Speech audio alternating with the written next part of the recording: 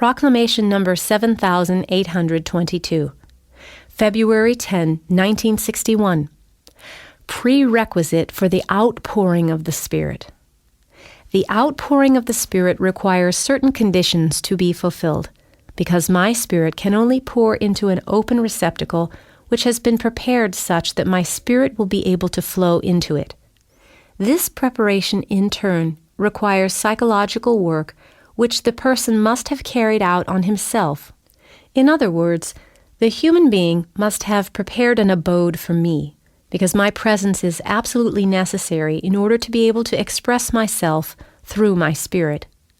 Although the spiritual spark rests dormant in every person, it must first be awakened to life.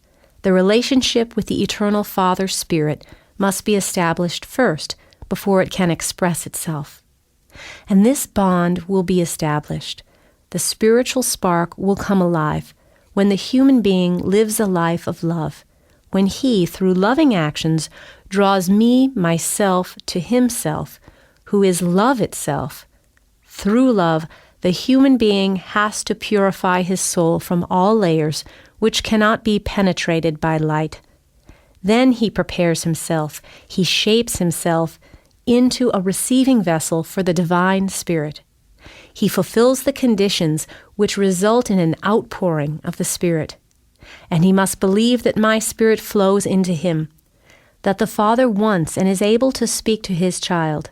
And again, he will only believe this if he shapes himself into love. For only when he believes in a working of my Spirit within himself will he also attentively listen within to what this Spirit communicates to him. As long as this belief is missing, he will never be able to speak of a gift of the Spirit. He will simply not awaken the dormant forces within him, and thus they will not be able to express themselves either, although they are present in him. Love will, however, soon enlighten his thinking. This is why a loving person will also soon be able to believe if his striving is spiritually oriented, and he tries to live in accordance with my will. Yet my Spirit will not push itself to the fore. No human being will ever hear the voice of my Spirit who has not consciously established a bond with me in order to hear me, for it requires him to listen inwards if he wants to hear me and receive instructions full of wisdom, which only my Spirit can impart to him. And precisely this belief in the working of my Spirit has been lost by people, so that they look at a completely natural process, which was only intended to demonstrate my great love for people, with utter incredulity, even though I myself gave them a promise to stay with people and to guide them into all truth.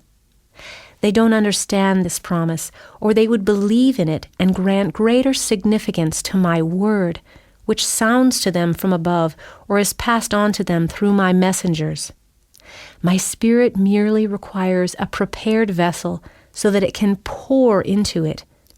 Then, however, he will also give evidence of himself. It will speak to you like a father speaks to his children, and he will enlighten you whenever you desire to be taught by him. But he cannot express himself where love and faith are missing.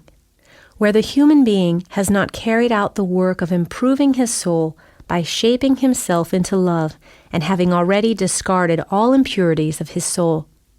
For I can only take abode in a pure heart full of love, which can bear my presence. However, whenever these prerequisites are present, that is where I dwell and testify to my presence.